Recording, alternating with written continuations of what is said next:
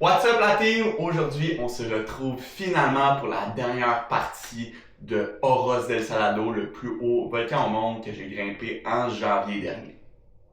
La raison du pourquoi que ça a été autant long avant que je sorte cette vidéo-là est que j'ai malheureusement perdu ma carte SD avec laquelle j'avais filmé quand même assez beaucoup de contenu. Heureusement, j'ai filmé beaucoup de contenu avec mon cellulaire, donc c'est pour ça qu'aujourd'hui ça va être une vidéo que je vais parler un petit peu behind the scene, de ce qui s'est passé et tout, et aussi je vais vous montrer un peu de footage que j'ai pris avec mon cellulaire. Notre summit push a commencé vers 1h30 du matin.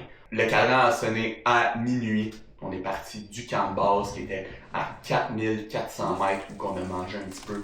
On s'est gear up et après ça on est parti pour 2 heures de Jeep dans le sable. Juste pour vous donner une idée, on est parti de 4400 mètres le matin pour commencer notre summit push à 6000. Donc on parle déjà d'un 1600 mètres de plus qu'on a grimpé. Donc tu sais, juste ça c'est très difficile pour l'acclimatation. Puis je crois que c'est aussi une des raisons pourquoi j'ai viré fou durant ce summit push-là. Sur le forecast, il annonçait un moins 35 pendant la nuit. T'as fait froid, hein, mon big? Des froids de même, t'as-tu connu ça souvent dans ta vie? Ouais, mais pas à cette altitude-là. Là. Ouais. Je veux dire, tu ressens pas mal plus le froid quand tu es en haute altitude. Là. Il faut savoir qu'à 6000 mètres, quand il fait moins 35, il fait pas réellement moins 35, comme vous savez. C'est un ressenti d'environ moins 45, moins 50. C'est glacial. Ce qui se passe en altitude, c'est que tu n'es pas capable de te réchauffer, tu comprends? Tout ton sang dans tes extrémités se met ici dans tes organes vitaux parce que ton corps est intelligent, il veut protéger ça. Donc, tu n'as plus vraiment de sang qui circule. Très, très, très difficile de se réchauffer. Je vous donne un exemple, les alpinistes qui montent des 8000 mètres, si tu tombes en hypothermie dans la dead zone, la seule façon de pouvoir survivre à ça, c'est de te plugger sur l'oxygène. Si tu n'as pas d'oxygène, très très très difficile pour toi de pouvoir te réchauffer. Les summit push, c'est toujours pendant la nuit parce que tu veux avoir assez de temps pour redescendre avant que le soleil se couche. Un summit push, c'est très très très long. On parle entre 12 et 20 heures, un summit push en haute altitude. On monte pas très très vite, là, même si c'est juste 1000 mètres qu'on monte pendant le summit push, des fois on peut monter 100 mètres à l'heure. Ça peut être extrêmement difficile pour le corps, on n'a pas vraiment d'oxygène à cette altitude-là. Donc on arrive à la trail à 2 a.m. On commence à monter, c'est un froid glacial. Il y a juste notre équipe, il y a moi, Emma, Louis, Charles pour cette ascension-là. On commence à monter dans le froid glacial, tout va bien jusqu'à temps que l'équipe s'arrête pour boire de l'eau. Moi et Emma, on s'est dit fuck off, on continue à monter. Vous sentez? On se sent bien, mais il fait vraiment froid. Ouais, vous avez froid? Ouais, j'ai jamais eu froid comme ça de toute ma vie. Puis ça, c'est une erreur aussi que moi, que je vais prendre en considération pour mes prochaines ascensions, c'est qu'il faut pas que tu ailles trop vite. Emma, c'est une athlète que j'aime beaucoup, j'essayais de suivre, mais j'ai cassé. À 6006, ce qui se passe, c'est qu'il commence vraiment à faire froid vers 4-5 heures du matin. Je perds mes sens littéralement. Je capote, je sais pas trop ce qui se passe. J'ai de la misère à garder l'équilibre. On arrive à 6007, 6008, puis là, Charles commence à me parler, puis je vais vous laisser sur cette vidéo-là que vous allez comprendre mon état mental dans lequel j'étais. Puis mon gros, c'est tough. Ouais, man, ça va pas. Ça va pas? Ouais. T'as-tu mal à la tête? Non. Qu'est-ce qui va pas? Je suis frais en tabarnak, pis. Je suis pas capable de. Hein? Je suis pas capable de respirer. Non? Au repos, Salut. si t'essayes de prendre des deep breaths, là. Faut que je me calme. Ouais. Là, t'es au soleil un peu. Tu le regardes-tu, le soleil? Je comprends pas comment ça a changé en 5 minutes. Tu sais, la seule différence pourquoi tout ça s'est bien passé, c'est que j'étais entouré de gens extrêmement compétents.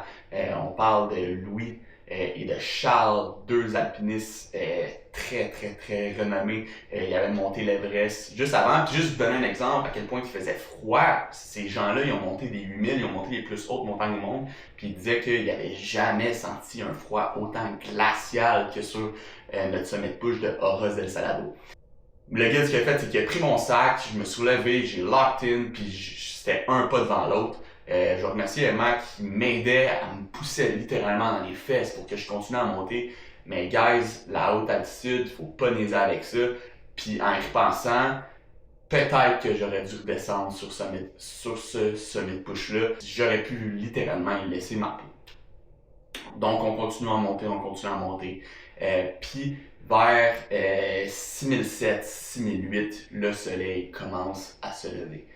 Ce qui se passe, c'est que puisque le soleil se montait de l'autre côté de la montagne, ça a été très long avant qu'on commence à pouvoir se réchauffer. Okay? Nous autres, on était là, la montagne, le sommeil était là, puis le soleil était comme l'autre bord.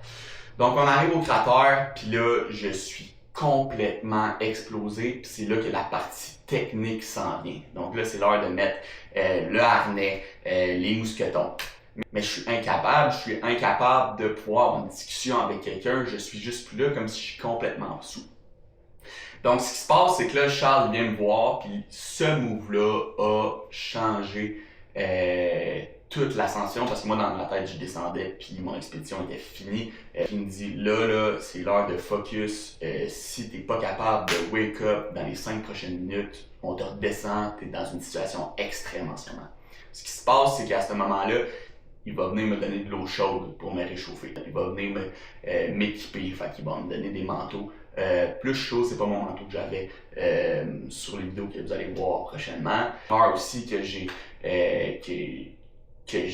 faite pendant ce sommet de push-là, c'est que j'ai pas bu. Notre eau était congelée, même dans les thermos, le bouchon était complètement gelé. Il m'a hydraté, il m'a donné de la bouffe, puis ce moment précis-là a tout changé. Il m'a dit, Xav, là, regarde le soleil. Là, t'es au soleil un peu. Tu le regardes-tu, le soleil? Donc, je regarde le soleil, puis à partir de ce moment-là, on dirait que mon corps a commencé à se réchauffer, que je reprenais vie, puis c'est à ce moment-là qu'il fallait partir pour la dernière partie technique du Oroz del Salado. À ce moment-là, on était environ à 6800 mètres. Donc, on met le harnais, tout va bien, puis là, ça a été l'enfer, les 100 derniers mètres. Yes, Chief. On est à 6800 mètres. Ah ouais. Il reste 95 mètres pour se rendre au sommet. Comment tu te sens? Je me sens un peu mieux, mais tantôt je pensais que j'allais crever sur la montagne réellement. J'ai dit, la première fois que je m'arrivais, je grelotais. Mais puis je faisais 3 pas puis j'ai soufflé, mais ça c'est encore le cas. Mais là au moins ça va un peu mieux niveau niveau chaleur dans le corps. Là. Ça c'est le best. Puis là, c'est le plus technique je pense. Des fois de même, t'as-tu connu ça souvent dans ta vie? Ouais mais pas à cette altitude-là. Là. Ouais. Je veux dire, tu ressens pas mal plus le froid quand tu es en haute altitude. Là. Ouais. Le moins 30, c'est pas le moins 30 à 6 level. Ouais. Ouais. Good game, boy. C'était dur en tabarnak. Il nous reste 100 mètres de gros bonheur, d'appréciation. Les 100 derniers mètres, j'avais plus vraiment d'équilibre. On était sur une place où il fallait quand même faire attention, sinon c'est une chute, puis c'est fini. Donc, peu de temps par la suite, c'est là que j'ai atteint le sommet avec Charles, Emma, Louis et un autre guide du Chili. Je vais vous laisser sur les images. Un des plus beaux moments de ma vie, ça a été toute une expédition, puis pour moi, ça vaut extrêmement beaucoup. Ce sommet-là, 6900 mètres, 6895 mètres exactement, deuxième plus haut sommet d'Amérique, plus haut volcan au monde. Ça vaut de l'or pour moi. Puis j'ai gagné extrêmement beaucoup d'expérience sur cette expédition-là. Donc je suis hyper grateful d'avoir survécu à cette expédition-là et d'en avoir appris beaucoup de mes erreurs. Je vais vous laisser sur les images. À 6500 mètres, je croyais que j'allais mourir d'hypothermie honnêtement. J'ai des frissons. À chaque 3 pas, il fallait que je m'arrête. J'étais pas capable de suivre la team. Mais